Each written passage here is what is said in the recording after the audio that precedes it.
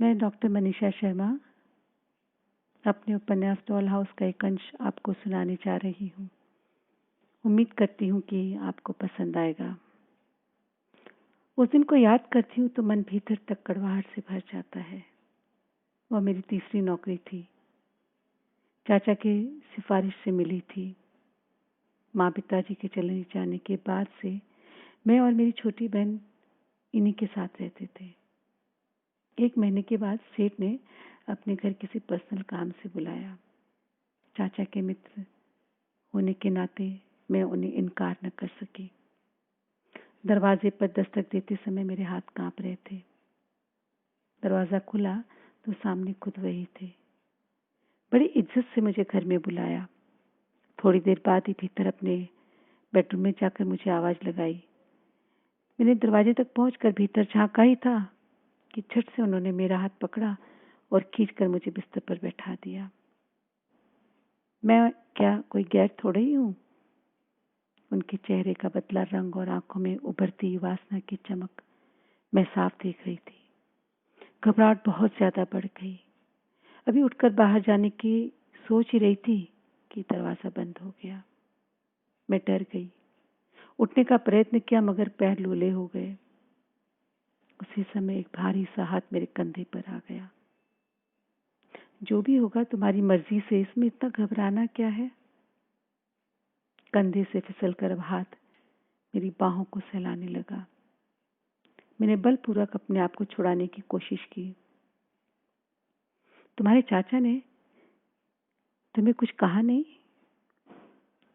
मेरी उनसे बात हो गई है। कानों में पड़े शब्द गर्म मोम की तरह लगे। मेरी चेतना जड़ हो गई। अपने लोगों ने इतना बड़ा धोखा दिया। कुछ पल के लिए होश खो बैठी। जब अपने आप में वापस लौटी तो सेठ की बाहों में थी। खुद को छुड़ाने के लिए मैंने फिर संघर्ष किया। ज्यादा नहीं जूझना पड़ा। सेठ ने अपने आप ही पकड़ ढीली करते हुए कहा, नहीं ऐसे नहीं, जाना चाहो तो दरवाजा खोल देता हूँ। हाँ मुझे जाना है, कहते हुए मैं उठ खड़ी हुई। दरवाजे पर खड़े होकर अपने कपड़ों को ठीक करते हुए मेरी नजर एक बार फिर उठी। सेठ की नजरों में बसी वहशियत बढ़ गई थी। मुझसे बोले, मैं समझ रहा था कि तुम्हारे चाचा ने तुम्हें बता दिया होगा। मतलब? हाथ एक बार फिर मेरे कंधों पर पहुंच गया। समझदार हो तुम। अगर ना समझ बनना है तो ठीक है, चाचा से कहना तुम्हारी बहन को नौकरी के लिए भेज दे। बहन का नाम बीच में आते ही मन पत्थर हो गया। चाचा का क्रूर चेहरा आंखों में तैर गया। बाहर जाने का सारा साहस खत्म हो गया। जिन पैरों से उठकर दरवाजे तक आई थी उन्हीं से वापस सेठ के बिस्तर पर थी।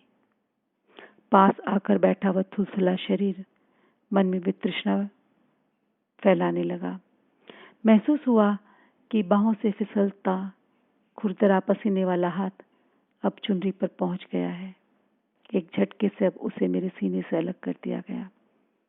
दूसरे ही पल वह हाथ मेरी समीज के बटनों तक पहुंच मुझे निर्वस्त्र करने लग गया। सेठ की गहरी धोखनी सी चलती सांसें मेरी चमड़ी को जलाने लगी।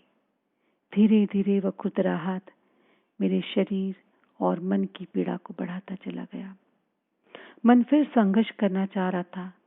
चेहरे पर आंखों को स्पर्श करता हुआ हाथ धीरे धीरे मेरे गालों और फिर मेरे होठों को सहलाने लगा।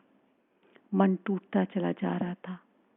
अगले ही पल गले और कंधे पर भी मैंने उन सांसों को महसूस किया जो मेरे अस्तित्व को, उसकी पवित्रता को जला रही थी। मेरा रोम रोम रो उठा। उसके बाद क्षमा वह सांसें मेरे बदन के हर हिस्से को जलाती रही। मैं चाहकर भी अपने कौमार्य को न बचा पाई। उन हाथों, आंखों और सांसों के स्पर्श ने मेरी अंतरात्मा को जलाकर रख दिया। धीरे धीरे निर्वस्त्र होती मैं उस हवस के नीचे दबती चली गई, लेकिन आंखों में स्पष्ट होकर उभर आई बहन की तस्वीर ने सब कुछ बेअसर कर दिया।